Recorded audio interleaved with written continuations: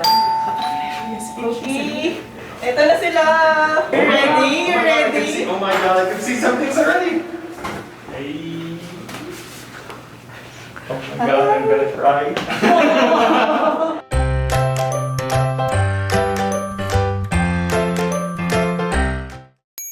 Hi, this is Elle and welcome to another makeover. Ang makeover natin today is itong space na to. Nakikita niyo ba? This newly renovated and sobrang ganda ng lugar. Ayan. Ayan. So, feeling ko, isa to sa pinaka-challenging na gagawin ko. Tignan nyo nga, ang ganda na niya. And of course, the owner of this unit is the host, writer, vlogger, podcaster, car enthusiast, and road safety advocate, James Deakin. Hello! Tito James! Ganito, Kaya nga eh. Hello. Hello, how are you? I'm cool. This is I'm excited. That's what I am. Yes. I'm super excited. So, itong space na to, this space is for what? What's the function of this place? Okay, it has to be multi-purpose kasi because it started its life as a residential apartment, but now it really needs to do its work. It's not just my work from home, Okay. but also to invite guests into my studio Yeah. for my podcast. If I can also double up as a shared work office space, Okay. not naman in a traditional sense, but I have Yeah. like 2 or 3 staff that Yeah, will need to come over. So it really has to do a lot of things. Yeah. That's why I'm asking for Multi-purpose space siya exactly. talaga. Yeah. So I want it in at night sana, you can convert it back to your normal place. So it should be very cozy. cozy and versatile. Yeah. And I'm looking for like more industrial, more of this. Kaya nga. If you could somehow, if you could marry a Manhattan apartment like to a coffee shop, to some kind of garage, to a Okay. shared workspace, Yeah. ayun, that's your challenge. Wow, ang daming kailangan. No pressure, no pressure. But yes, that's your challenge, to make all those contradictions come together. Yeah. Actually, this is my second time na going here. Before, parang nag-assess lang kami. And nagbigay siya ng like, what he needs for this space. What works, what does not work. Yes. Meron akong mga pegs, mga furniture, ganyan. Very simple lang naman na mood board. So, alika. So anyway, for the kitchen, yung ilaw, you see yun nandito, nilipat ko na dun sa kitchen. That one. Perfect. Di ba? Nice. Kasi Yes, kung yes, tatanggalin natin to, sayang naman. Dito, para yun yung space niya, very simple. Tsaka meron ng source dun eh, para hindi na mahirapan mag mas ano siya. So, na-edit ko siya. So, How do you procreate this one, parang dinawin ko. And then, ang last is ito. Oh my god, that's funny. So, imagine yourself dito sa space. When you walk into this place, yeah, what I really want is a feeling. It's an Yeah, yeah. overall, I look for that impact. Yeah. Oh, Yung this is parang- not what I expected. True. When you walk in and you see black ceiling, black this, and So, feeling ko mas bagay din talaga. and then it suits Yeah. kind of the personality Yeah, of the rugged yeah. scene, but it also gets conversations started. I'm here na dito sa unit and ang gulo, ang daming nagaganap pero tignan nyo to, wait! Yung wall mural natin, ang cute! Doon hindi nga makikita kasi nakaharang ng ganyan. And meron na tayong balance. Ayan siya, ganyan yung wood na yan, yun din yung balance dito. Yan, tapos nakatakip lang yung mga sofa natin. Dito naman sa kitchen, bago na yung counter. Kasi ni-request niya. Actually, that sabi ko, okay na, maganda naman yung before. Pero gusto niya talaga ng dark na counter. And ang ganda naman talaga. So, ayan, pinalitan na natin. Tapos, mag-goodbye na rin tayo dito sa ano na to. Sa backsplash na to. Dahil hindi talaga siya bagay. And papalitan natin siya ng black na subway. Papalitan din natin, yan, yung mga handle natin. Bumili na kami ng sakto sa butas para wala nang gagawin. We're here, final day na, and ilan oras na lang, pero tignan pa itsura. Ang dami pang nagaganap kasi pinapalinis pa namin dahil syempre nag-alikabok. Tapos lahat ng dineliver na furniture na bago, nakabalot. Tapos yung mga existing niyang furniture nakabalot. Tapos ang daming gamit. Ilang hours to go? 4 hours to go. So, inaayos natin lahat ng frames ngayon para sa gallery wall. Ayan, sila lahat. Ang dami. Ayan, oh. Hanggang dun, hanggang dun. Tapos na maglinis, finally. Buti na lang ano kami, panggabi yung shoot natin, kaya okay lang na magdidilim na sa labas. Kasi maganda naman yung lighting natin dito. Yan lahat yung frames natin. Meron pa doon, meron pa dyan. So, ito sila lahat. Tapos, shoot natin sila dyan. Yan, pagkakasahin natin itong mga to. So, normally, ang ginagawa namin is nilalatag namin sa floor kung ano yung layout na gusto namin, tapos ilalagay doon. Pero dahil walang space dito, tas very, nung space niya, nung paglalagyan natin, hindi siya square, alam mo yun, very random. Kaya, i-install natin siya randomly. Bahala na, pero magiging maganda. Dapat maging maganda, Arnel, ah. We're the best. Ayun na, nag-start na tayo. Basically, ginagawa natin siya one at a time natin. Pinipilian ng mga frames. Galing dito sa sahig. Ayan. Tapos eventually, mapupuno rin yan.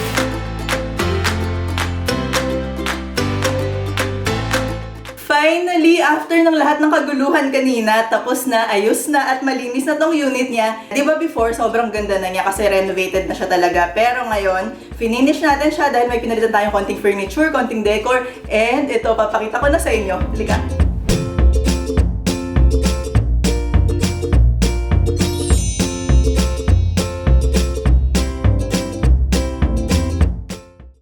Pagpasok nyo dito sa door, dito sa side na to, syempre, ito yung entry area natin. And itong mirror na to, kanya na to, perfect tong wall na to para dito sa mirror. Tignan mo, parang pinagawa siya para dito, pati yung size niya. Tapos, before, wala ata siyang lalagyan ng shoes, pero yun yung request niya. So, itong furniture na to is custom to kasi yung mga drawer na yan, fake lang yan, design lang yan, para medyo meron lang tayong detail dito. Pero totoo is, cabinet yan for shoes. At least madami siyang nilalagay na shoes dito sa area na to para at least functional tong corner na to. So ito ba lang door na to, pinarepaint natin ito, ni-request niya na black, tapos itong molding gusto niya ng white para na-highlight and sobrang cute niya. Tapos dito naman sa left ng door is yung kanyang pinaka-office area. So dito sa side na to, ang ginagdag lang natin dito is ito, ni-request niya yan, gusto niya ng on-air na signage dito sa taas ng pinaka-office niya and sobrang bumagay, sobrang cute niya. Subtle na detail lang pero yun, ang ganda niya. Dito naman is yung kanya bagong dining area. Pinalitan natin around the table kasi parang yung movement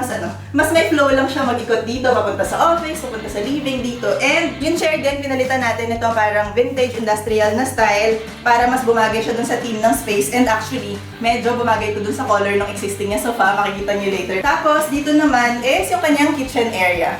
So, siya yung nag-request kasi ang gusto niya dito talaga sa space is maraming mga accent na light. So, nagpalagay dito tapos itong counter, pinapalitan din niya parang dark, mas madrama na granite. Ayun, pina-extend din natin to ng slide para at least kapag nakaupo ka dito, mas may space ka para kumain, mas mas magiging functional tong corner na to. And itong plant wall niya, so nag-request lang siya kung meron daw area saan pwedeng maglagay ng plant wall. So parang ako, okay, ito yung blank na area natin, wala namang nagaganap dyan. Para cute din, may softness dito sa part na to. Tapos, itong main kitchen niya is, ayan, ang laki yung transformation niya. Yung existing na tile niya before is parang yung mosaic pa na orange and green na hindi na bagay dun sa vibe na gusto niya na very vintage, very industrial. Tapos, yung existing niya na ilaw before is pinalagay natin dito kasi parang dati dito yung ilaw niya is wala, madilim lang ata. So, nagpalagay tayo dyan, yung ilaw niya dun sa taas. Tapos ito before parang sira na, pinapalitan din lang natin. Tapos dito naman sa hallway,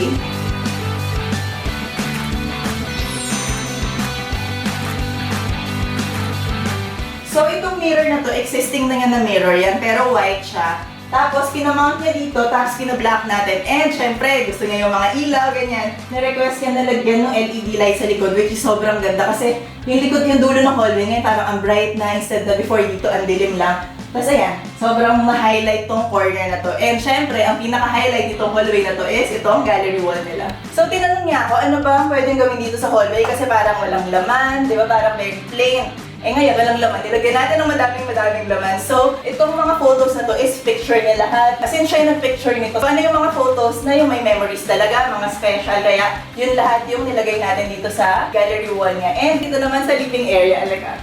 Inayos lang natin ng konti. Itong sa ibabaw, nilagyan lang natin ng konting styling ng ganyan. Tapos, itong mga plates niya is na-request niya na gusto niyang ma-display dito. So, dito natin nilagay kasi perfect lang siya dyan. Simple lang, meron blank wall dyan. And, ayun, bumagay naman yung mga plates niya dyan sa ibabaw ng TV. Then, ito naman yung main living area, alika. So, unang binago natin is itong coffee table. Nilagyan natin dito. Yung manipis lang para makalakad pa rin sila paikot. Komportable siya. Pero, ayan, marami na silang pwedeng lalagyan. And, isa sa pinaka-highlight dito is itong kanyang wall mural.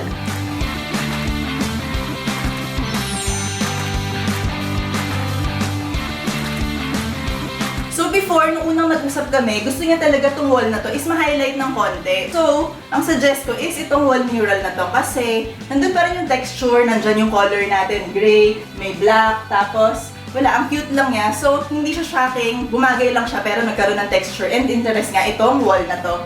Tapos, pinapalitan din natin itong furniture niya na pina-custom natin na sakto dito sa ilalim ng TV niya para meron siya talagang lalagyan dyan, pwede rin dyan. And isa sa mga favorite kong element na dinagdag namin is itong wood valance sa ibabaw ng curtain. Ginawa lang namin siyang dark walnut color para mag-match siya dun sa mga ibang furniture natin. Dito naman sa corner na to, kanyang brick wall, ayan, ayoko na siyang lagyan ng madaming laman dahil, well, kuna may gallery wall na tayo doon, sobrang busy na. Tapos pangalawa, para feeling ko, picture na to as it is, kaya ang pinalagay ko lang is itong clock niya na very industrial lang, metal. Simple lang, pero nakita mo pa rin yung brick wall sa likod niya. So, ayan, feeling ko bumagay naman siya dyan sa area na yan.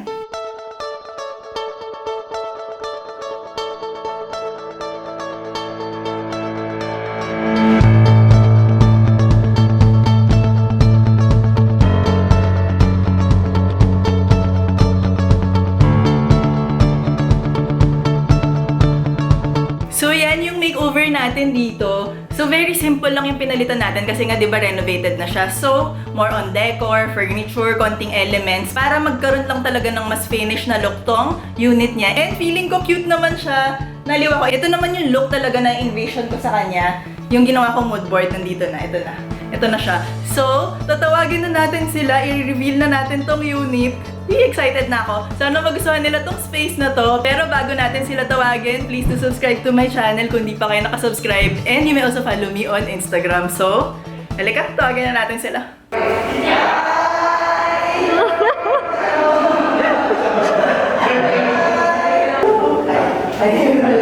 So, papasok na sila. Actually, meron pala silang Facebook Live nitong surprise and reveal sa kanya. Kaya abangan natin yung entrance niya dito para makita niya tong lugar. Okay, so hi everybody, thanks for tuning in. I'm standing right outside the new Tito studios here, and Elle, who is inside, she hasn't let me into my own place for the last week or so. So right now, this is the very first time I'm going to see this place done by Elle. So, and her team. I know they're all there, so I'm excited. Guys, where are the kids? My kids are here. Well, not all of them, just Sarah and Alex, and so we're going to walk in. Let's go, let's go. You excited? Let's go. Okay. Ito na sila! Even Rocket's excited. Oh my god! Oh my god, I can see, oh my god, I can see something's already! Hey. Oh my god, I'm gonna cry. Is this the right apartment? Are you? Oh my god! It looks so nice! I don't know what, I'm just, oh my, look! Look! Oh my god, there's lights everywhere. Okay, as I said, it's only gonna be a quick reveal because I don't want to take Elle's thunder after what she's done. I want to hug her if it wasn't a pandemic. I would give you a big hug, both of you, right now. This is Bea, Arctic Bea's over here. She's been so patient and she's been so mean too. Would not let me go and see my own place. I don't know what to say. My god, look at this. Okay, do a quick pan, very quick. This is so nice. Okay, quick pan. Oh my god. Thanks for tuning in, guys. Promise to tune into Elle's channel on the weekend. I'll share it also on the page so you can also see it here, socially distant. This is a big elbow air bump for you, Elle and your team. I love you all. I love you. I love you. I love you. I love you. This is so nice. Rocket. Yay, happy. Everyone's happy. Sobra. As in, like, I speak for a living, but now I'm actually lost for words. It's so nice. I'm like just looking around the things and just every time I look, I see a new detail I like, and oh my god, the overall feel is just wonderful. Success.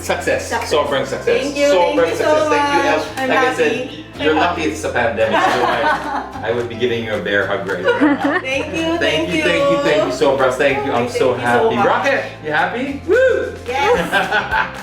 Oh Bye. man, this is so nice. So nice. And this actually doesn't clash, right? It's good. Di ba? Yeah, I thought it would be, you know, the black and the